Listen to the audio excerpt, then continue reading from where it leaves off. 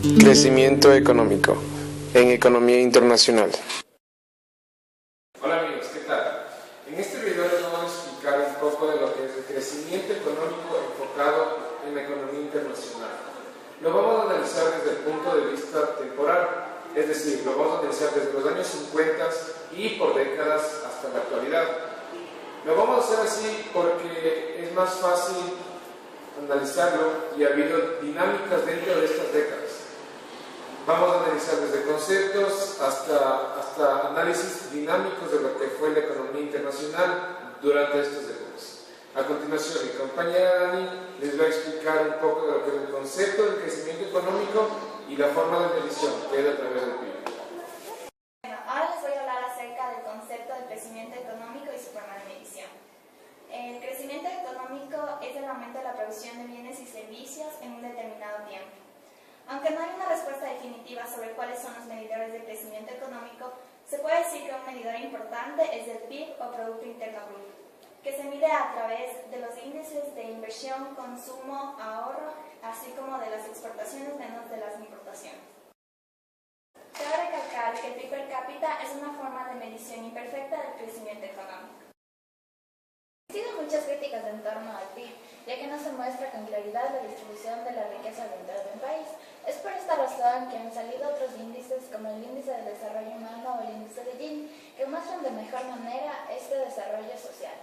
Y esto es uno de los factores más importantes para el crecimiento económico y desarrollo. Ahora vamos a hacer un análisis por décadas de lo que ha sido esta dinámica de crecimiento económico y vamos a empezar con los años 50 y vamos a explicar, a tratar de dar un panorama de cómo siguió y cuáles eran las características del crecimiento económico en esta década. Robert nos va a ayudar con su crítica, mientras yo voy a dar una cortísima lectura de lo que ha sido por cada década. Robert, en la década de los 50 nos dice que el desarrollo era sinónimo de crecimiento económico e industrialización.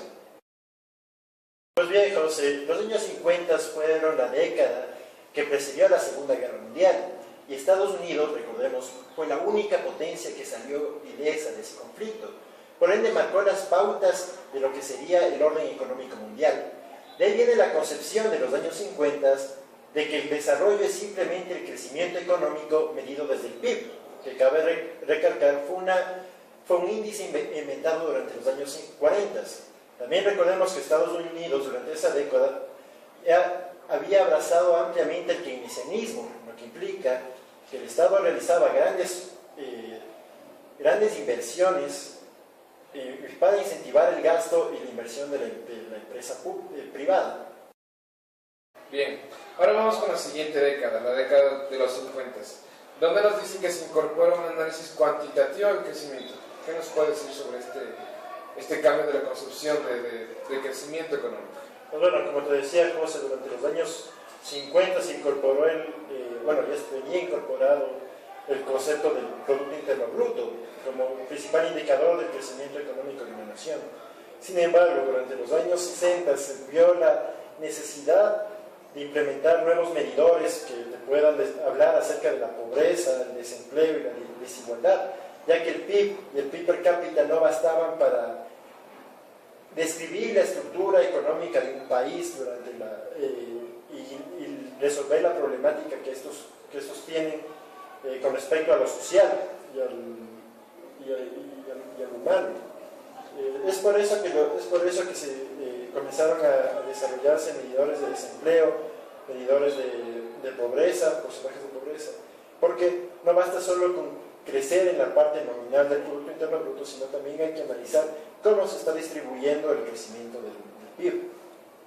Sí, interesante lo que nos dices. ¿Te parece si vamos al siguiente punto, que es la década de los 70, donde nos dicen que hay un crecimiento con equidad, una preocupación por los recursos no renovables y la contaminación ambiental? Es decir, la economía se comienza a enfocar, más bien se dan cuenta de que los recursos que tenemos no son todos renovables, sino que son no renovables y que se los debe utilizar de manera eficiente para lograr un mejor crecimiento económico. ¿Qué lectura nos puedes dar sobre esto?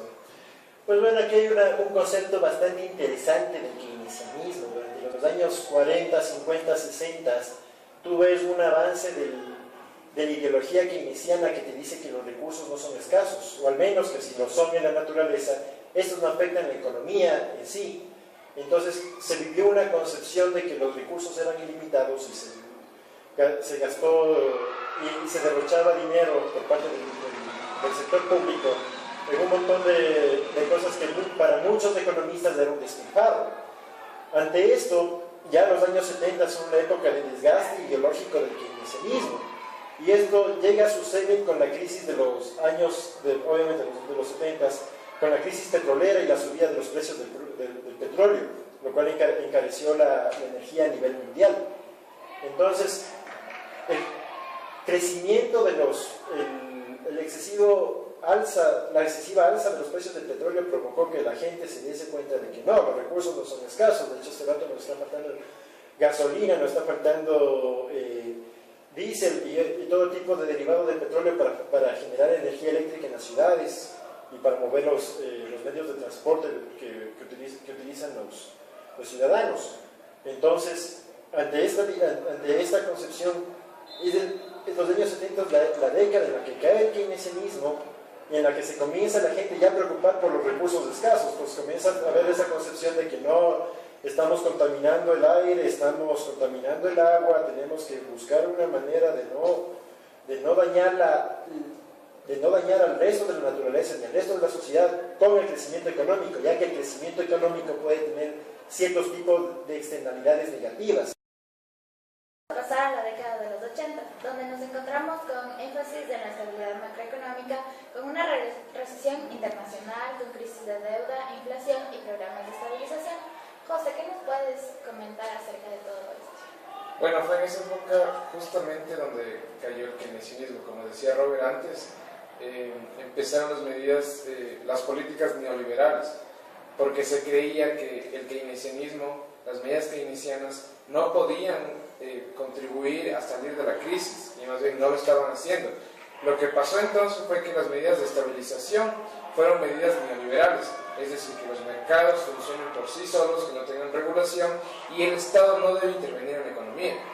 Es así entonces como en esta década se enfoca el crecimiento económico en un programa de estabilización después de las crisis de los petrodólares, crisis de esta inflación en Estados Unidos y algunos problemas que se dan en la economía a nivel mundial.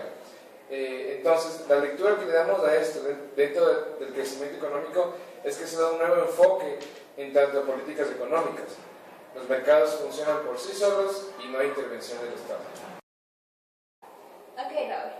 En la década de los 90, como sabemos, existió un desarrollo humano sostenible, es decir, un crecimiento equitativo armónico con la naturaleza. ¿Tú qué opinas acerca de esto? Bueno, se habló mucho acerca de este tema. Podría decirse que se retomó ciertos conceptos de las nociones de desarrollo de los años 70. Sin embargo, durante los años 90 ya se podía apreciar los efectos del cambio climático que estaba generando el calentamiento global. También se hablaba mucho acerca del tema de la capa de ozono y de los gases que contenían nitrógeno, que estaban contribuyendo a generar un hueco en la capa de ozono. Entonces, ya existía bastante controversia acerca de que el crecimiento económico estaba generando impactos en la parte ambiental, y además tenemos las consecuencias sociales del neoliberalismo. El neoliberalismo, por un lado, fue una solución a la crisis de los años 70, podría decirse así, pero contribuyó también a que haya problemas de distribución de riqueza, especialmente en países que se integraban, que ya estaban fuertemente integrados, como he dicho, en la economía mundial. Pasamos a la primera década del siglo XXI, donde nos encontramos con un protagonismo del rol del Estado, alianzas público-privadas, países como los PIGS, los BRICS, que emergen y son actores del desequilibrio en el comercio internacional. ¿Qué nos puedes comentar acerca de esto? Bueno, con respecto a lo primero, con respecto a la intervención del Estado, no es netamente una política keynesiana, pero surge la necesidad de la intervención del Estado para regular ciertos tipos de mercado como el financiero. No necesariamente en los países desarrollados, pero sí en países especialmente latinoamericanos, que es donde surge este tipo de una especie de moda, que se le puede decir una corriente, donde los países se enfocan a lo social, bastante a lo social. Tenemos el primer caso fue el caso de Venezuela, con Hugo Chávez en los años, a principios de los 2000. Después siguieron otros países, e inclusive Ecuador, donde se realiza un arduo control de ciertos mercados, como les dije, especialmente el financiero, tras la crisis del 99, y de otros sectores. Además, se puede decir que las alianzas público-privadas se vuelven fundamentales e importantes, ya que juntar estos dos partes de capital se logra proyectos más grandes para desarrollo social principalmente. Como conclusión podemos decir que la concepción de crecimiento económico ha ido variando a lo largo del tiempo. Así es, hemos partido desde un crecimiento económico basado simplemente en la producción de bienes y servicios a una concepción de crecimiento económico que aborda varias dimensiones, desde lo social hasta lo ecológico. Y es por esta razón que han salido otros índices como el